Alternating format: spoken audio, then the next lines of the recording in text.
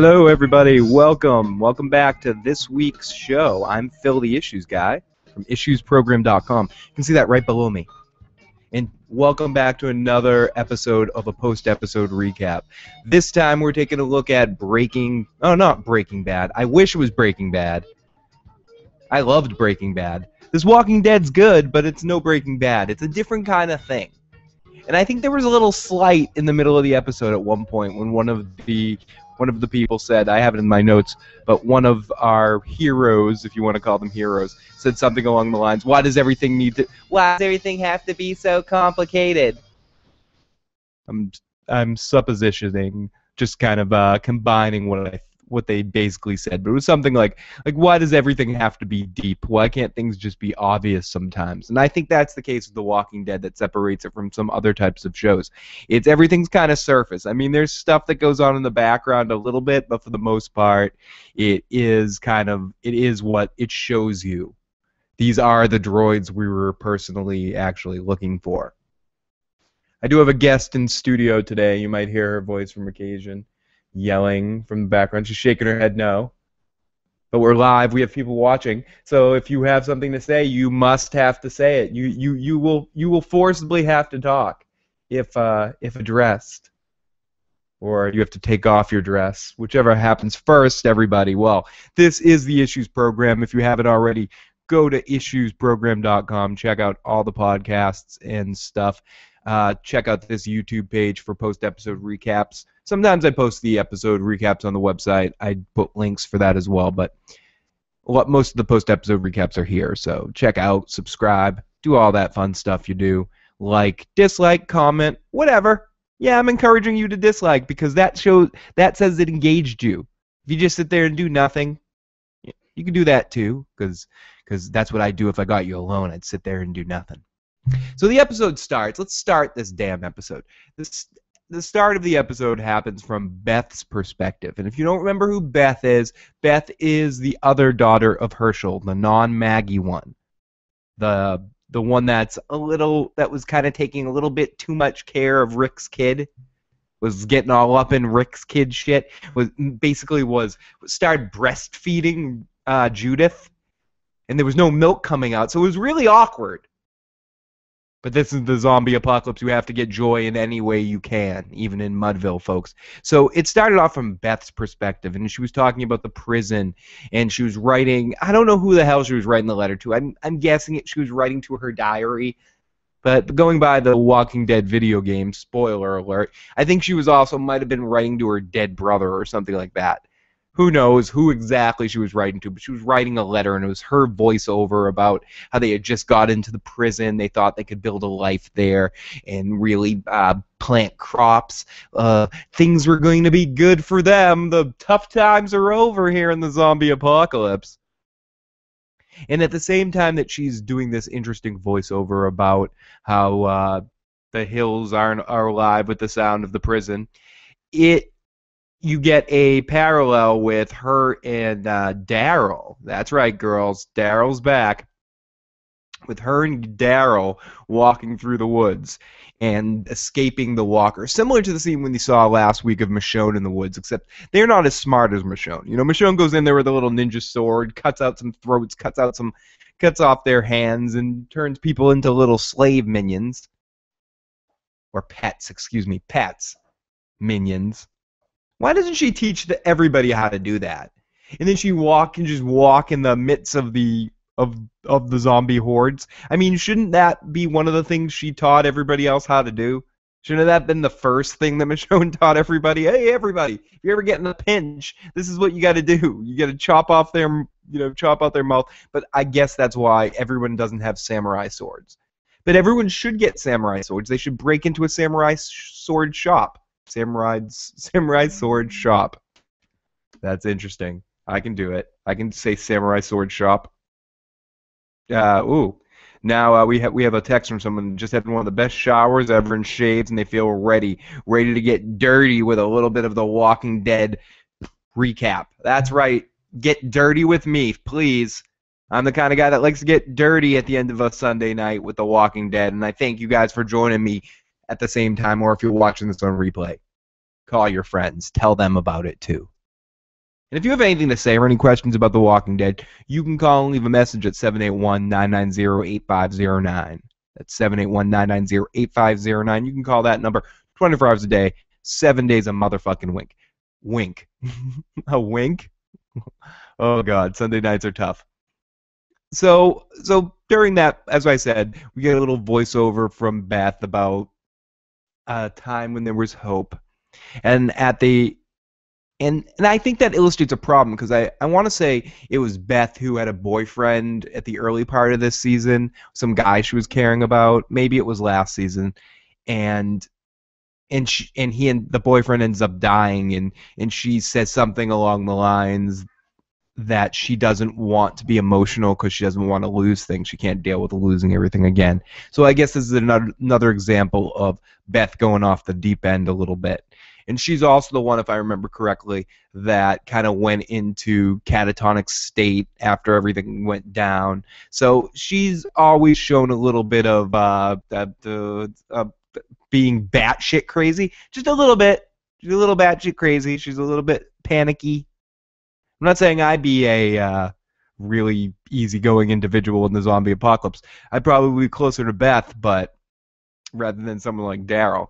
So they're in the woods, as I said, and they're killing walkers, and it's setting up the scene for this world with no hope, and the disaster, the reality of the situation that they're in. Beth was closed off for the death, and we see why she was closed off before from dealing with all this death because she had this support system around her. Now seeing her alone, unlike Maggie, who we do see a little bit later and also is a little bit cuckoo in the brain, but Maggie's just a more together person. Maggie's way more like Herschel than she is when it comes down to it. So we get to commercial break after that, after our little intro with Beth and Daryl, and we get Beth yelling at Daryl to track, and he just ignores her, and she goes off on her own, but he follows her begrudgingly, and Daryl looks like he's feeling very responsible, or feeling, in his sake, at that Dixon level of right before they just want to leave. They don't want to deal with it anymore. They've dealt with it all night. They've dealt with all the bullshit, and they just, well, I'm leaving this party. This stuff sucks. And he looks like he's right there, but he's discovered something he never knew about before. He cares, and it's horrible to him. Everyone's so far gone with Herschel being dead, and I think they'd be messed up with Herschel dying no matter what, but the fact that they're all separated and they don't have the support system in place to kind of weather this storm that like they need. It's not just Herschel being gone that's driving everyone nuts. I think it's the impetus because he's really the heart of the situation, but it's more than that. It's the being separated. It's the not having that core unit to rely on in this moment when things are going bad. I mean, they built a support structure, especially that core group that have just been together for so long, and seeing two of them in this situation, two of the core, was it 6 or 8?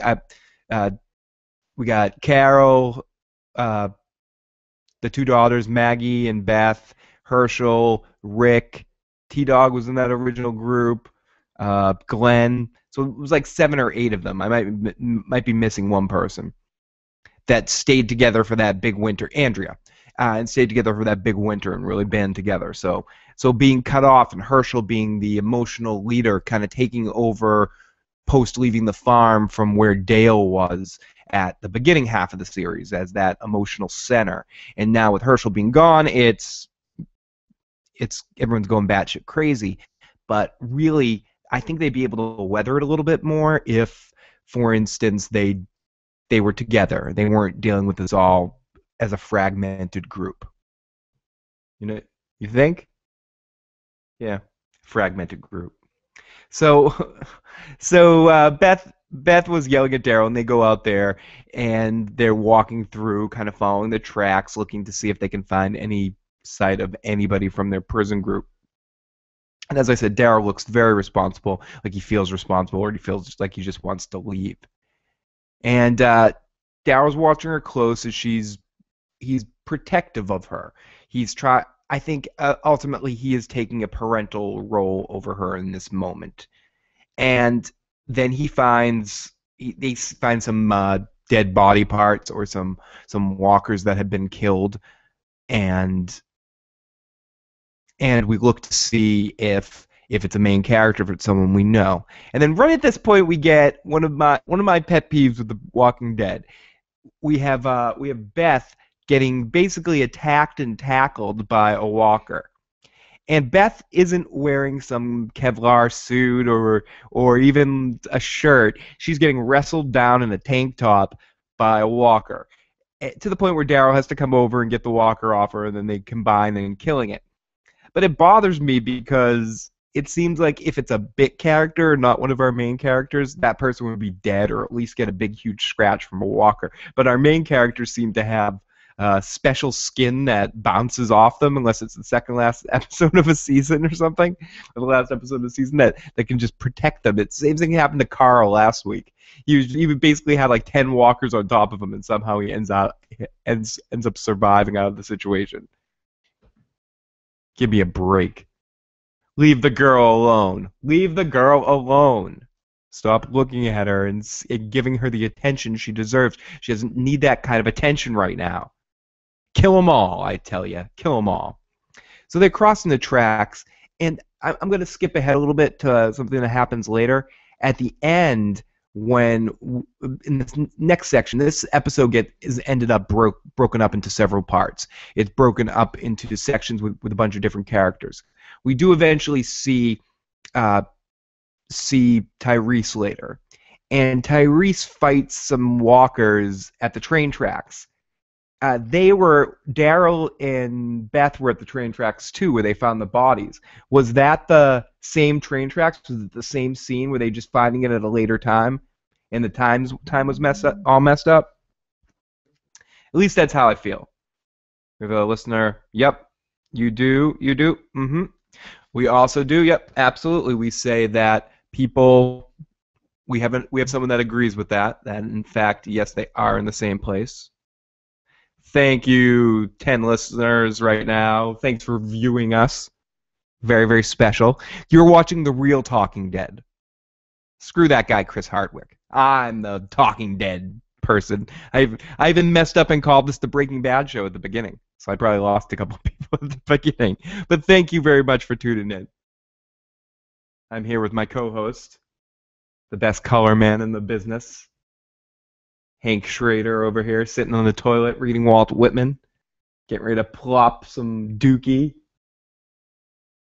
Okay. Anyways, so we're back. We're back in action. I just realized something real silly that doesn't even matter.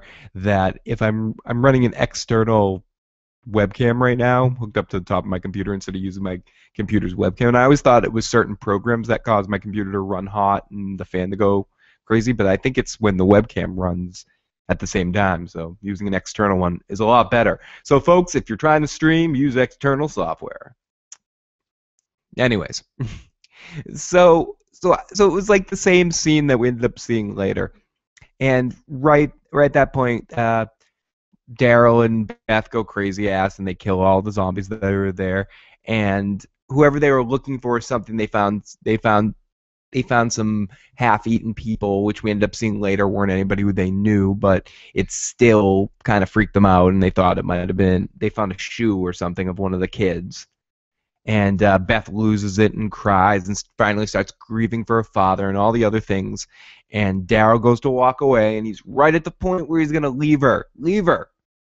Yeah, but he cares, and he can't, and he lights a fire, and they just hang there, and we get another voiceover of her being at the prison, right, being happy, which kind of just shows, she says something along the lines that she can't handle if all that fell apart, which just connects the dots. As I mentioned at the beginning, The Walking Dead kind of slaps you over the face with it. It's not like a show like Breaking Bad, which has a lot of metaphor, or a show like House of Cards, for instance, that is very complicated with what's going on, especially in season 2 now, that you really need to pay attention to what's going on because there's a lot of like half conversations, like like, oh, you know that thing we were talking about? Not that thing, the third thing.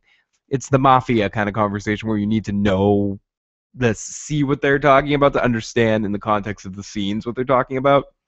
The Walking Dead's not like that. The Walking Dead kind of slaps you across the face with what's going on. And right in this moment, we're really supposed to understand it's the comic book nature of it rather than it being based on a novel in the case of Game of Thrones or just being a base television show in the other cases. Being based on a comic book allows it to be a little bit more visceral, a little bit more from the obvious case of what you expect from it. And I like that. It's refreshing. I don't think everything on television needs to be hugely emotional and deep and cover every base. I was talking about this on the Issues program with Evan King Baby Duck this past week, that I kind of miss the ignorance that people would accept a TV show like Alf in society. I don't think they would do that now. I think it's a different age where people are too cynical, and a show they would be like, oh, I need to know more about Alf's upbringing. What kind of alien creature is he? I know he is from Melmac, but what kind of son does Melmac have? And we need to understand. In episode 3, he talks about the Melmac government system, but in episode 7, he clearly contradicts this behavioral context of being about cats. So what's the truth here about Alf? And I mean, that's how people would be these days if Alf came out now. But so The Walking Dead almost brings you back a little bit. I mean, it does cover its bases to a certain extent because every television show needs to do it. What ruined TV? Or what made TV too much like this? A lot of people look to the Netflixian nature of the way we watch television now, but I blame Lost. So we go to a commercial break. We go off to the kids and the two girls and Tyrese, and we see the two girls. One of the girls, Lizzie, the crazy one. We're gonna call her Crazy, and the other girl is Nika, I think her name is, or Mika.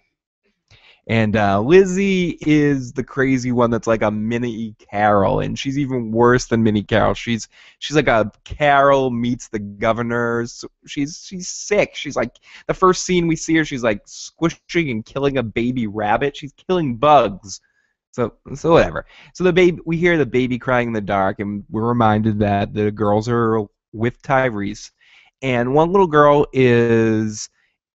Lizzie is a little smarter than Nika, but they're both pretty smart and pretty aware of what's going on. And Lizzie's just like, can we get out of here? This is stupid. This baby is crying, and there's walkers around us.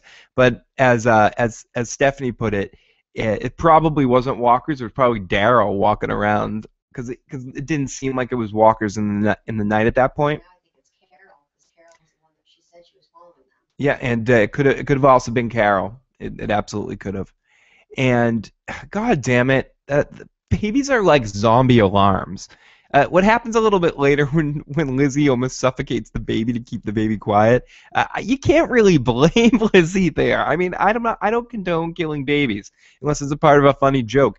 But I can't help but think that having, oh God, it's such a weird slope because you need to have children to kind of, keep the human race going. But raising babies in the zombie apocalypse isn't the best use of company assets. That's all I got to say about that. So the baby's crying in the dark. The little girls are smart, and she seems like the walkers are behind them. But as I put, maybe it was Daryl, maybe it was Beth, maybe it was Carol. And I've said that I'm sure that we're going to find out who that was by the end. And we did. Goddamn, the baby's like a zombie alarm. Mika, they're coming. Mika could have been the one feeding. I don't know what I was trying to say there. But Tyrese hears that. Oh, Mika, he starts yelling at Mika for something that she did wrong because she kind of attracted the zombies a little bit. And Tyrese steps in and kills a bunch of zombies, and the little girl runs away, and then they chase after her, and she's like, "Oh, I got scared, I ran away," and And Tyrese is like, you did the right job. If you see zombies, if you see walkers, run, get the hell out of Dodge City. And the other little girl, Lizzie's just, I can't explain it, but she's just being such a cult, like we're all dead anyway. We're just walking around. You don't understand. And this is that's what I wrote. Feed Mika. Mika says something back to Lizzie when Lizzie makes a comment, something like, "No, you don't understand what kind of things these walkers are," which makes me think that Mika is the one that was feeding them at the prison. At first I thought it was Lizzie because she was kind of weird and had this like weird quality about her that was connected to death, or she had some interest in that. But Mika makes a very clear comment tonight that says something along the lines of, "You don't understand them. I understand them," which makes me think that she's the one that's been feeding them, or that was feeding them, because she thinks there's something more in there. I mean, that's just my perspective, and that could come back to haunt them later. I mean, the prison's gone. I just mean her being open to the thought that the zombies may be, the walkers, the zombies may be more than just animals or instinctual creatures of feeding creatures. So yeah, Lizzie though is like a mini Carol. Carol really didn't. I don't know if Carol did a number on this girl, or she was just kind of like this, or this world made the girl like this. But she's so cold, and it's just kind of funny. And Tyrese runs off, and they hear some people screaming in the background, and Tyrese is like, "I need to go save those people. It could be people from the prison." And myself and Stephanie both at the same time kind of thought or said something along the lines of, "Oh, come on, he's going to leave kids in the woods to go save random people? I mean, you don't do that. You don't just leave two random kids with a crying baby, with a zombie alarm in the middle of the woods to go." It was just... Tyrese didn't make the smartest decision in this situation. And he runs off and leaves the two kids with the zombie alarm in the woods. Alone, and it ends up being strangers or no one that we are supposed to know. And they flash to Lizzie and Nikki and Mika, and Judith is crying like crazy. And Lizzie is basically trying to keep the baby quiet by covering its mouth, and then she just goes into this crazy like trance and starts suffocating the baby. Yep, suffocating the baby, just having fun, choking Judith. Dun, dun, dun. Choking Judith, what a wonderful way to spend my day. Choking Judith. Lizzie's sick. She enjoyed suffocating a baby. Or where's this come from? I mean, ultimately, is it that she really is sick, or is she just trying to find any place to have some power in this world? Especially when you're a kid, you try to be the controller and the leader of your own personal world. That becomes very, very important to you in those moments because you're trying to carve out your own space. It must be even more difficult in this kind of world, and especially when you're a girl like that has a great head on her shoulders, and in a way is dark, but in that darkness understands something more about this world than anybody does. People like her and Carl are going to be the people that inherit this world. And they're the ones that are growing up as children in it and have to discover all the fears and all the misunderstandings of growing up in this kind of dystopia that's happening right now. Blah. Blah, blah, blah, blah. My douchebag words are being douchey tonight. I'm feeling very, very highbrow. I'm not drunk enough. That's the problem. I need to drink more and add a few more fucks and shits, and then I feel a lot more comfortable. Fucking A right, I do. So fucking I do that. That's what I was talking about. So Tyrese runs off and leaves the goddamn fucking kids and the baby alone. Ends up being a stranger. Then we flash to Lizzie and Nika, and Jude's crying, and she suffocates the baby.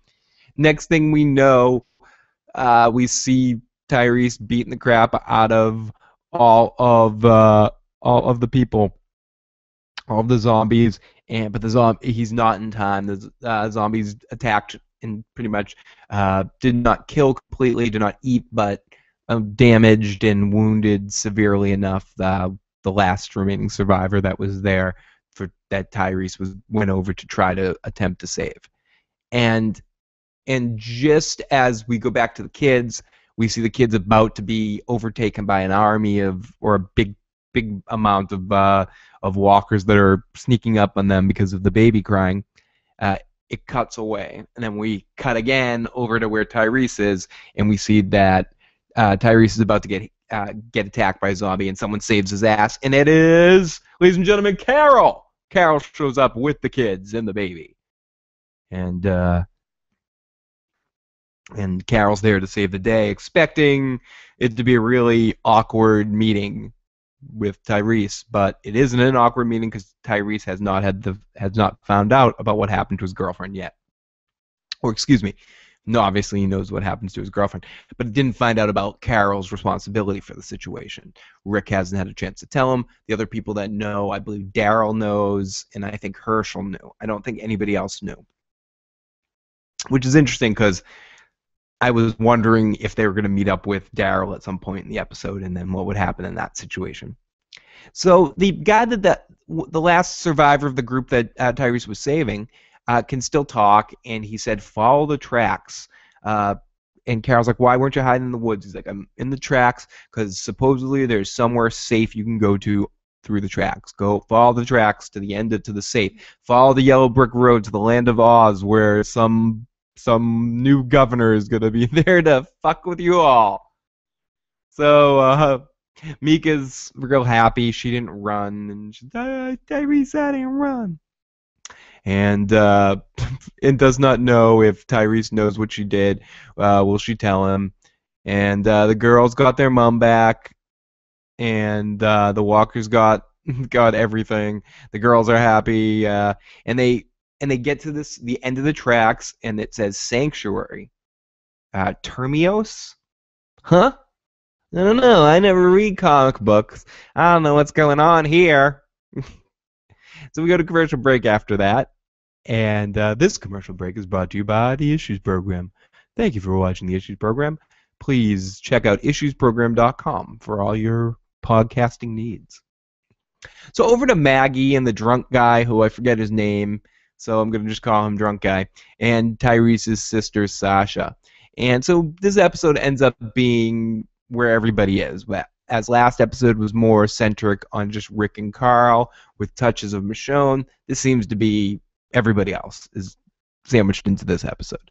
So I wonder what that means going forward and how the episode's going to be presented. Is it going to be presented in the sense that every episode now is going to flip and flop between those two main stories, one being the Carl, Rick, and Michonne side, and one being all these other groups of people? Or is next week's episode going to be everybody now?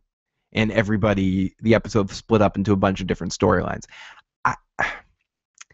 I kind of was hoping that this week's episode would just be Daryl and Beth, and maybe Tyrese and whatever, and have Maggie and Glenn and that their two stories be next week with something else.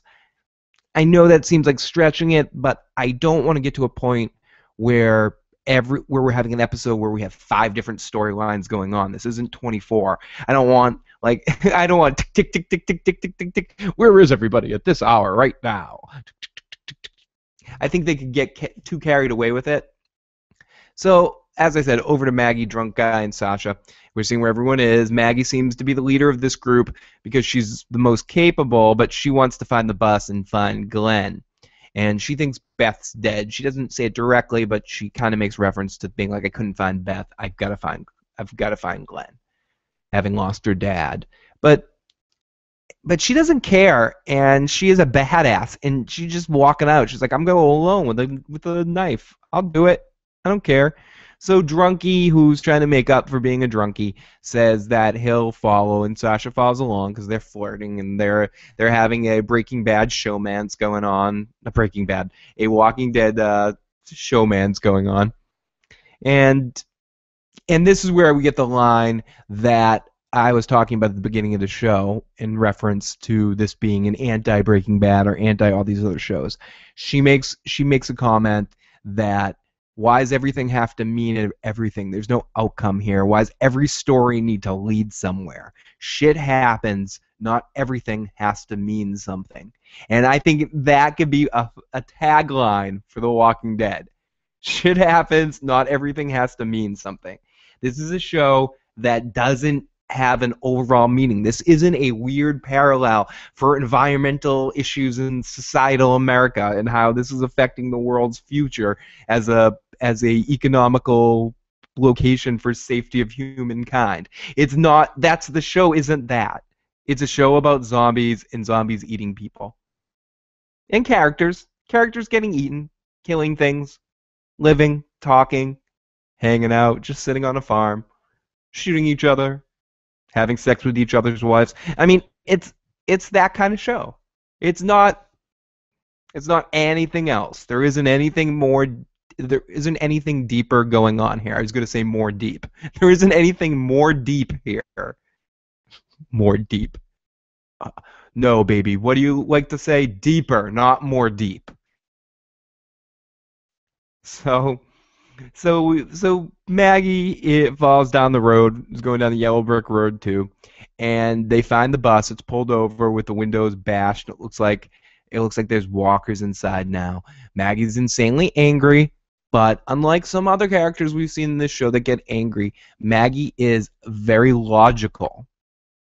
She's they suggest letting one walker out at a time. She agrees. She doesn't panic. She wants one walker out at a time. They keep killing one walker out at a time. They let it out like a gumball, the Walker gumball machine bus, selling in stores now. And basically typical Walking Dead. They can't control it, and all the zombies come out. Excuse me. And they end up killing all the zombies. And she goes onto the bus to see if she can to make sure there isn't one hidden away. And she goes on the bus, looks around, and from behind you see a zombie come that kind of has what could look like Glenn hair and attack her, but they didn't do a good job fooling you because it was one of those so obviously not Glenn. You idiots! You haven't caught them. You just caught their stunt doubles. That was Ned Ryerson actually in that part. The same guy that was Sandy, or that was played Sandy on Glee, the weed dealer. But the original Glee director is the same guy in that one scene in Spaceballs. You didn't catch them. You caught the stunt doubles. So Maggie ends the scene with this like big crying fit that that's supposed to kind of fool someone watching to be like, oh, she's sad because she saw Glenn. Was that Glenn? No, it was a Glenn McKenna 57 Scotch whiskey. No, it wasn't Glenn. Excuse me. So we come back from commercial break, and they don't hesitate to tell you that to make sure you know that that wasn't Glenn. And we get right back to a still image of Glenn sleeping, waking up in the prison, up on a platform with like tons of zombies below him. Glenn got off the bus at some point. I mean, a lot of my notes in this section, I was distracted. This is the last section of the show that we got, and I'm a little bit distracted in this section because I couldn't get past the wait. Glenn wasn't on the bus. I swore I need to go back and watch. I really need to go back and watch because I swear to frickin' God, I remember the scene of not because I know he was going on the bus helping people on and off the bus, but I thought I remember the bus driving off with Glenn in the bus. I have a memory of this. I could be wrong. Could be making this up. I do hallucinate it on occasion, so I could be making this up. My mind plays tricks on me. My mind playing tricks on me.